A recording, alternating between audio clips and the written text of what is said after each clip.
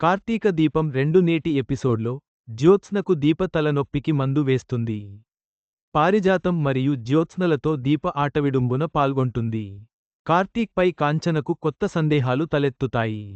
కార్తీక దీపం 2 నేటి ఎపిసోడ్లో తలకు ఐస్పాక్ పెట్టుకుని కంగారుగా కూర్చొని ఉంటుంది జ్యోత్స్న. వెనుక నుంచి నెమ్మదిగా వచ్చి నుదుళ్లకు మసాజ్ చేసి తలపడుతుంది దీప. అయితే అలా చేస్తోంది పారిజాతం అనుకొని. దాసు ఇంటినుంచి వచ్చినప్పటినుంచి తలపోటుగా ఉందని, థాంక్స్ గ్రానీ అని జ్యోత్స్న అంటుంది.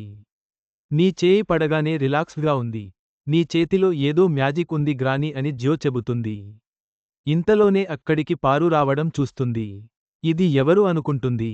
దీపను చూసి నువ్వా అని అంటుంది. ఏమైందే అని పారిజాతం అంటుంది. దీప తల పట్టుకుందని జ్యోత్స్న చెబుతుంది. తల పట్టుకుందా గొంతు పట్టుకుందా అని పారిజాతం అంటుంది. గొంత ఎందుకు పట్టుకుంటానని దీప అడిగితే చంపేందుకేమోనని పారిజాతం అంటుంది. నేను ఎవరినీ ఎప్పుడూ చంపలేదు. మీరు ఎవరినైనా చంపారా అని దీప ప్రశ్నిస్తుంది. దీంతో పారిజాతం షాక్ అవుతుంది. జ్యో కూడా కంగారు పడుతుంది. దోమలనే చంపను. మనుషులను ఏం చంపుతా అని పారిజాతం అంటుంది. నేను చంపారా అన్నాను కాని మనుషులను చంపారా అని అనలేదు కదా అని దీప అంటే పారిజాతం తడబడుతుంది. నువ్వు నా తలనొప్పి ఎందుకు పట్టుకున్నావ్? పర్మిషన్ లేకుండా నా గదిలోకి ఎందుకు వచ్చావని జ్యోత్స్న అడుగుతుంది. ఈ పని మనిషి పర్మిషన్ లేకుండా వస్తుందని దీప అంటుంది. పోయి వంట చేసుకో అని దీపకు పారిజాతం చెబుతుంది. వంట అయిపోయిందని దీప అంటుంది. పారిజాతం ఏ పని చేసినా అయిపోయిందంటూ దీప బదులిస్తుంది. దీంతో పారిజాతం చిరాకు పడుతుంది. నన్ను ఏం చేయమంటావే అని అడుగుతుంది. నాకేదైనా పని చెప్పండి అని దీప అంటుంది. కాసేపు రెస్ట్ తీసుకో అని పారిజాతం అంటుంది. లేదు నాకు ఏదైనా పని చెప్పండి అంటూ జ్యోత్స్న, పారిజాతాన్ని ఆటాడుకుంటుంది దీప. ఇదెక్కడి టార్చరే అంటూ పారు చిరాకు పడుతుంది. కాఫీ, జ్యూస్, కూల్డ్రింక్ తీసుకురావాలా అంటూ దీప అడుగుతూనే ఉంటుంది. వద్దు. మాతో ఎందుకు ఇలా ఆడుకుంటున్నావని జ్యోత్స్న అరుస్తుంది. పని మనిషిని, మీ మనిషిని, ఈ ఇంటి మనిషిని అని దీప అంటుంది. మిమ్మల్ని ఓ కంట కనిపెట్టుకుని ఉండాల్సిన దాన్ని అని చెబుతుంది. దీంతో జ్యో అనుమానంగా చూస్తుంది. పని చెప్పకపోతే మళ్ళీ వస్తానని అక్కడినుంచి వెళుతుంది దీప. దీపలో ఈ మార్పును చూసి పారిజాతం, జ్యోత్స్న అనుమానిస్తారు. ఏదైనా మాట అంటే తాచుపాములా బుసలు కొట్టే దీప ఇప్పుడు ఏంటి కోరలు పీకిన పాములా సాధారణంగా అయిపోయిందంటూ పారిజాతం అంటుంది. పనిచెప్పు అంటూ టార్చర్ పెడుతోందేంటే అని చెబుతుంది. మనతో ఆడుకోవాలని మొగుడు పెళ్ళాలు మెంటల్గా ఫిక్స్ అయినట్టు ఉన్నారు. ఏదో అనుమానంగా ఉందని పారు అంటే దీప, కార్తీక్ బావ ఏదో తేడాగా ప్రవర్తిస్తున్నారని మనసులో అనుకుంటుంది జ్యో. నేనే వారిని ఓ కంట కనిపెట్టాలని ఆలోచిస్తుంది. గ్రానీ కొడుకు దాసు ఏమయ్యాడో తెలుసుకోవాలని అనుకుంటుంది. కార్తీక్ ఇంటికి అతడికి తండ్రి శ్రీధర్ వస్తాడు. నువ్వు కన్నతల్లివా కసాయిదానివా అని కాంచనను శ్రీధర్ ప్రశ్నిస్తాడు. కావేరి అడ్డుపడుతుంది. నన్ను అడిగే అధికారం మీరు లేదని కాంచన అంటే అయితే తాళి తీసి ఇవ్వు అని శ్రీధర్ అడుగుతాడు. కాంచన దృష్టిలో ఆ తాళి అలంకారం మాత్రమే అని అనసూయ అంటుంది. ఇంతలో కార్తీక్, దీప వచ్చేస్తారు. శివన్నారాయణ ఇంటి పని మనుషులు అని వారిని శ్రీధర్ అంటాడు. జ్యోత్స్న చెప్పిన అగ్రిమెంట్ మీద సంతకం పెట్టి వాళ్ల ఇంట్లో పని చేయడం వెనుక ఉన్న అసలు కారణం ఏంటి అని కార్తీక్ను శ్రీధర్ అడుగుతాడు.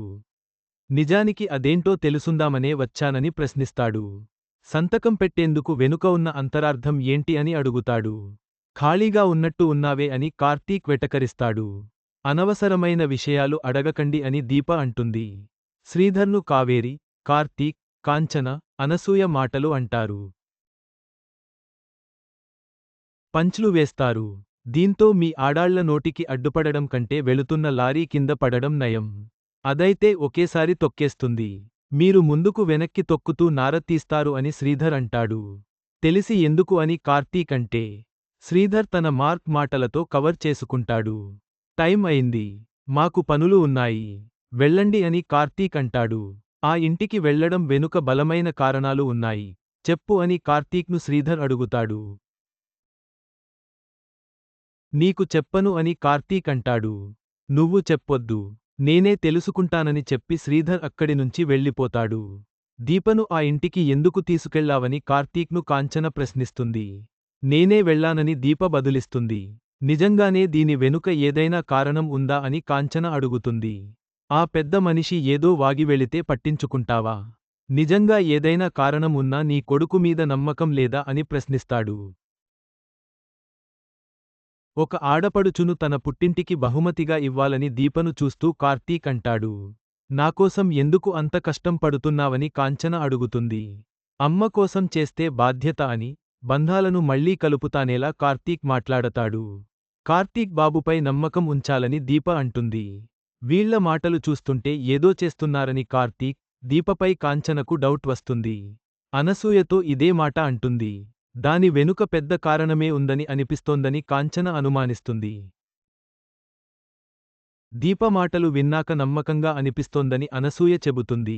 బొమ్మతో మాట్లాడుతూ ఉంటుంది శౌర్య. ఏం చేస్తున్నావ్ అని కార్తీక్ అడుగుతాడు. ముందు మీరు ఎక్కడికి వెళ్లారో చెప్పండని కార్తీక్, దీపను శౌర్య ప్రశ్నిస్తుంది.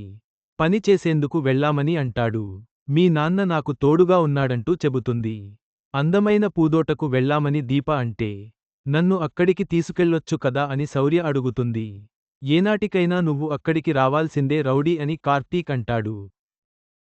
నాది అని తెలియక ఇప్పటివరకు అక్కడికి వెళ్లలేదని దీప అంటుంది. తన పుట్టింటిని పూదోటతో దీప పోలుస్తుంది. కార్తీక్, దీప ప్రేమగా మాట్లాడుకుంటారు. ఒకప్పుడు నిన్ను జాలిగా, ఆ తర్వాత దీపలా, భార్యలా, ప్రాణదాతలా చూసేవాడినని కార్తీక్ అంటాడు. మరి ఇప్పుడు అని దీప అడిగితే, నా అత్త కూతురిలా, మరదలిలా చేస్తున్నానని కార్తీక్ చెబుతాడు. దీంతో దీప సిగ్గుపడుతుంది. జ్యోత్స్న అంటే తనకు ముందునుంచి కూడా ఇష్టం ఉండేదని కాదని, కానీ నిన్ను మొదటిసారి చూసిన వెంటనే దగ్గరితనంగా అనిపించిందని అంటాడు. దానికి కారణంగా శౌర్య అని అనుకునేవాడినని, కానీ మనది భగవంతుడు ముడేసిన బంధం అని చెబుతాడు. బంధాలు ఎదురుపడినప్పుడు వారి మీద ఆకర్షణ, ఆరాధన ఏర్పడతాయంట అని అంటాడు. మనది రక్తం బంధం కాబట్టి, నా ప్రాణాలు కాపాడేందుకు నువ్వు రక్తం ఇచ్చావ్. లేకపోతే జ్యోత్స్న ఇచ్చి ఉండేది కదా అని కార్తీక్ అంటాడు. మనం కలవాలని కాలమే అనుకుందని చెబుతాడు. ఇక నుంచి మనం కొత్తగా పిలుచుకుందామని కార్తీక్ అంటాడు. నేను నిన్ను మరదలా అంటాను. నువ్వు నన్ను బావా అని పిలువు అని అడుగుతాడు. ఎవరైనా వింటే అని దీప సిగ్గుపడుతూ అడుగుతుంది. ఏమీ చెప్పకుండానే ఏదో కారణం ఉందని మీ నాన్న కనిపెట్టారు. మీ అమ్మకు అనుమానం వచ్చిందని దీప అంటుంది.